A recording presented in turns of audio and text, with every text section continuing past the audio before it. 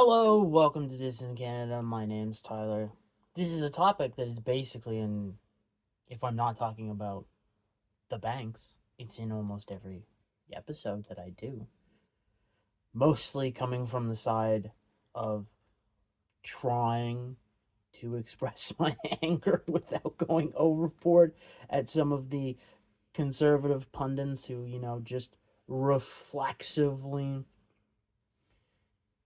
I mean, it's not just conservatives, but like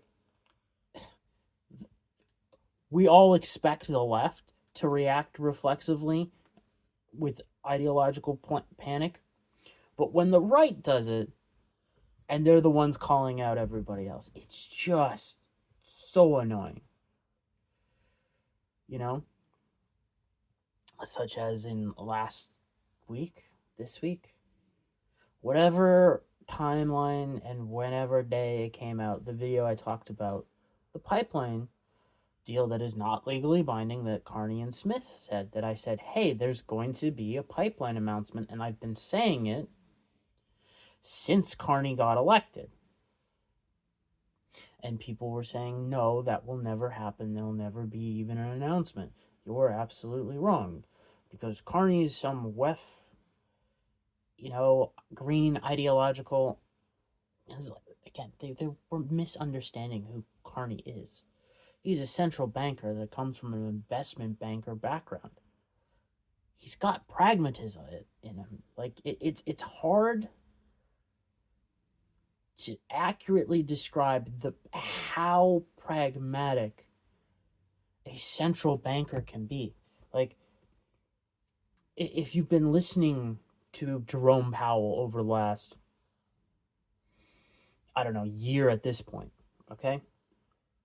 He's been like tariff inflation, tariff inflation, tariff inflation, tariff inflation, tariff inflation. And then sometime in the fall, it swapped over from tariff inflation to, hey, you know what? We're seeing kind of some weakness. We're gonna cut rates just a little bit. Like he held, and it's like, no, we'll cut a little bit. And it's like, it's because tariff inflation wasn't ever really going to be a problem because, hey, every time, someone like Target or Walmart kept trying to raise their prices, their volume dropped and they were losing money. That's where we are in the situation. And Powell probably knows this, but central bankers are first and foremost propagandists. So they're just going to go out there and say what they think the market needs to hear to attempt to keep the status quo. And when the status quo no longer happens, they'll flip on a dime and say, nope, we have to go. And, he started cutting rates. He did a pause. I believe, if I'm not mistaken, he paused between rate cuts, but he's going to continue to cut rates. And then the guy after him, I believe it's Hessett. I can't remember his name. I probably won't remember it. It'll take me too long to, because, Fed chairs really don't matter. What they say really doesn't matter. The market is always going to get them to do whatever they want. If you don't believe me, I believe it was Ben Bernanke who came out and just straight up said, yeah, we were just following the 2-year with interest rates.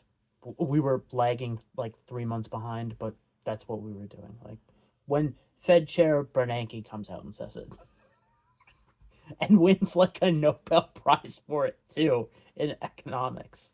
Or no, was it Bernanke or was it Greenspan? I forget which one of them won the Nobel Prize for economics for their handling of basically, we're just going to follow the 2-year at a 3-month lag. Like, I think the biggest one here of the Reflex is the budget debate. There's a whole bunch of people saying, oh, the budget's too big. Yes, absolutely, that's true. But as I have said, every time I talk about the budget, and I talk about populist politics in general, you are in a position, specifically in Canada, where you have to spend money so that you build confidence so that investors and companies feel secure enough to come into the country and build. For example, my idea with, you know, mines and pipelines and stuff is you're going to have to get government buy-in, right?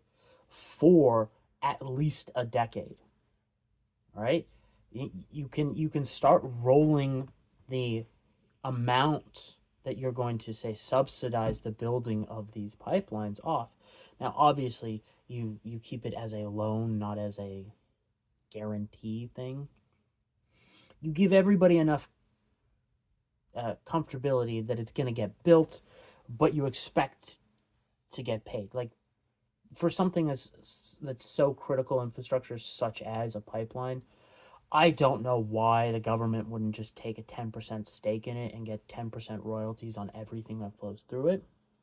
But again, like conservatives don't want to talk about this because they believe in this la la land of, you know, somewhere between, libertarian-esque free market capitalism and Austrian economics capitalism, where like you're not competing against other countries that are going to do what I said, and you're going to lose to them if you just go full on free market capitalism and just no, we'll just let them do whatever the heck they want, or we'll just say we're open for business and we won't really make guarantees and push for it. We'll just let the free market do it. Like it doesn't work in reality. It's why I have issues with libertarians. And libertarians and anarchists are the same ideological makeup as a communist. You can point to real world examples where they're wrong, all right? But they'll still say, but nobody's really tried it. And they are, Newton's third law applies to politics. There is an equal opposite reaction for every ideological trend there is. Libertarians and anarchists are the equal opposite reaction of communists. They act the exact same. But free market capitalism has never really been tried. It has. It doesn't work out as well as you think it does.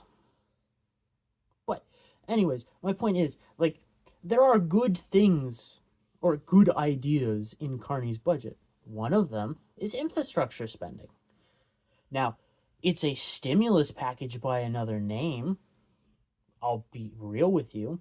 But if you, again, look at the state of Canadian infrastructure, and you don't even have to look that hard, just look at the Trans-Canada Highway, compare that to the United States interstate system, and you're like, oh, I see. Yes, we need some real infrastructure.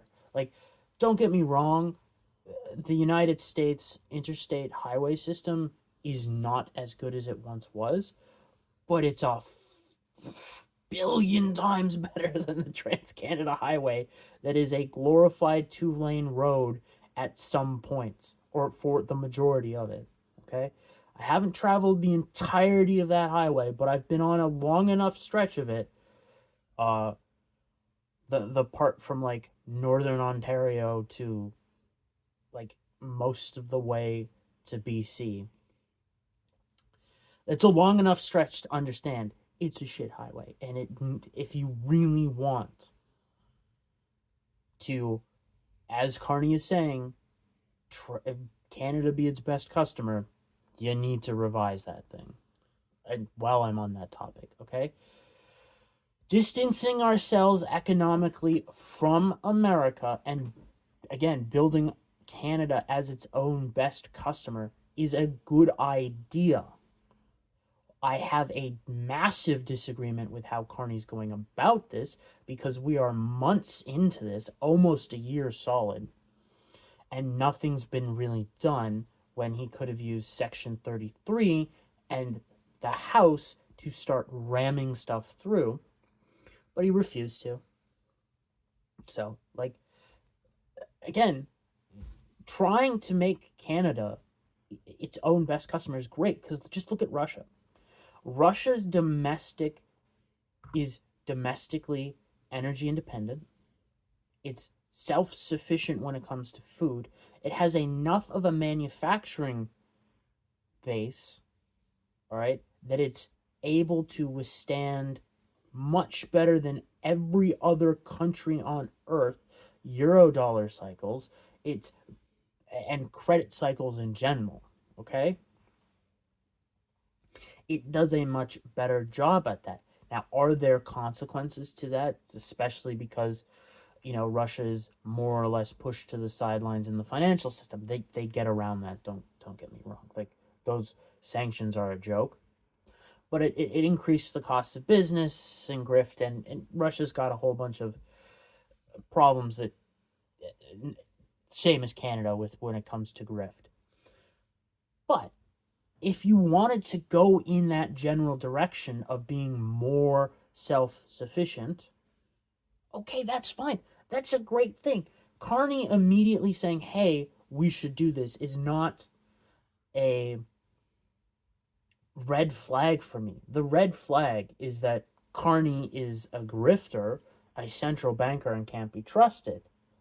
But the core ideological argument there of, hey, Canada needs to be more sovereign. Like, that's kind of what he's making. He's not saying it like that, but that's the idea he's making, right? Is we should be self-sufficient on all our things, and the surplus we sell. That's the idea behind make Canada its own best customer.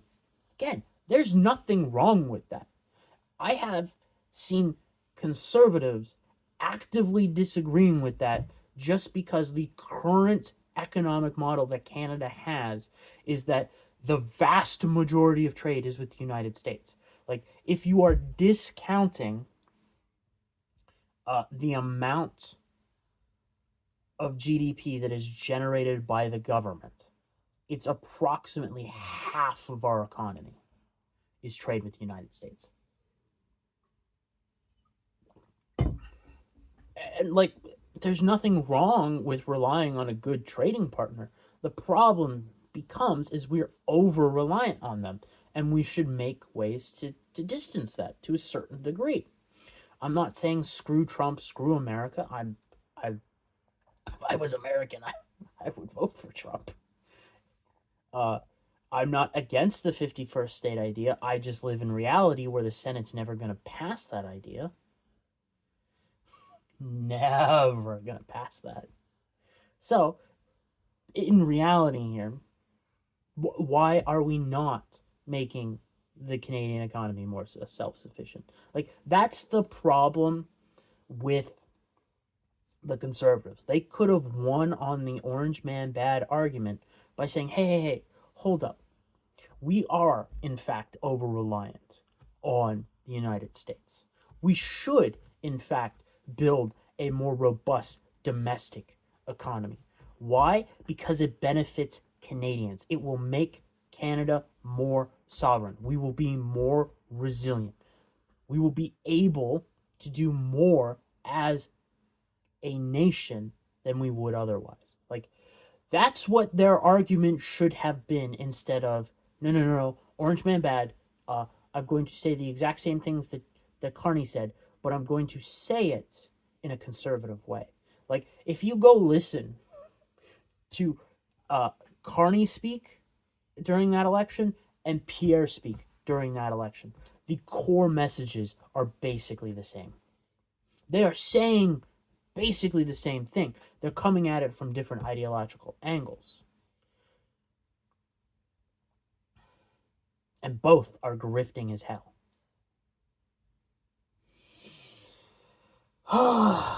It's just like, if Canadians could stop doing the reflex politics, they could get a political party that would listen to them just enough that we can start reversing. And I have said this time and time again when I talk about reversal mechanics of economy.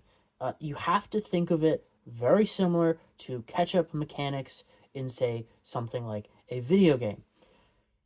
Think of how easy it is in, say, a Mario Party or a Mario Kart to go from last place to first place in the last turn, in the last round of the game. Okay?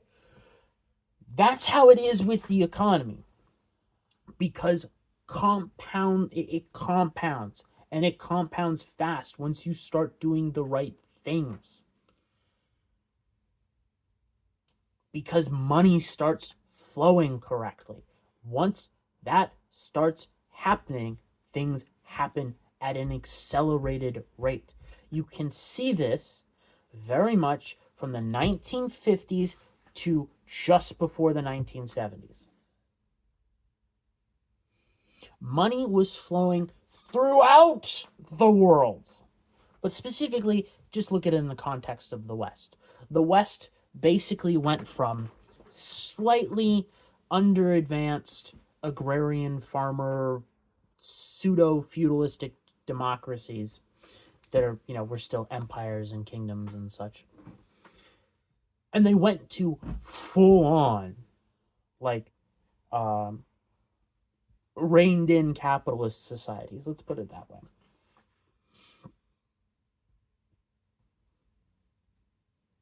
Now, nothing is as good of a picture as, say, America. You can say Canada, you can make a case that Canada's second best, but you could also say, hey, look at the bounce back of Japan.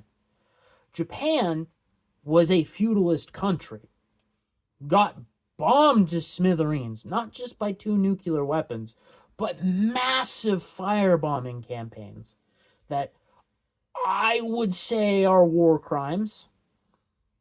Okay? Because it was not limited to, industrial might. Now, obviously, with Japan, there were, you have situations, and by situations, I mean a lot of situations, where you had domestic craftsmen working in their homes, building war materials. I understand that. But when you firebomb Tokyo, specifically, and you specifically understand that you're going to just level that place with fire and kill countless civilians because you're specifically using firebombs. And the generals in charge of this campaign absolutely understood what they were doing. There's a good case for war crimes when it comes to everybody involved in World War II. But just think about that. Like, Japan was a defeated nation. And by the 1980s, it was becoming an economic powerhouse. Now, they got into a credit cycle, not just by their doing, and they haven't been able to get away from it.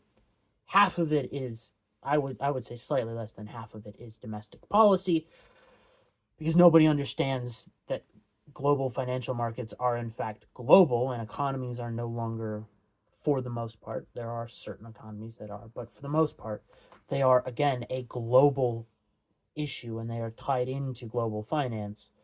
And if you don't understand how to tackle global finance, you really can't tackle disconnecting yourself from a global economy. Globalism ruined everybody.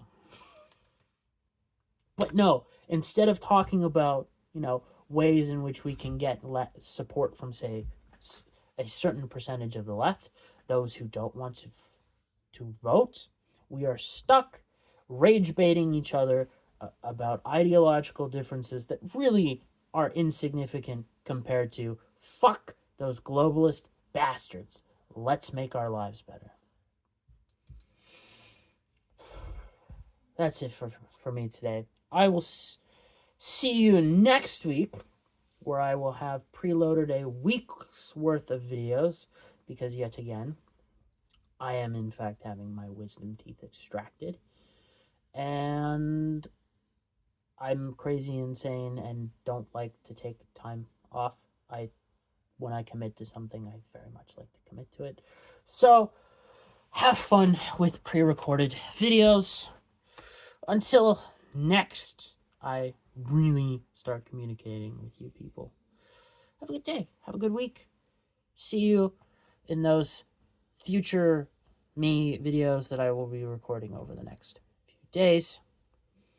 probably 2 a day, so that I've got some rest in there before the surgeries. It's day surgery, it's not that big of a deal.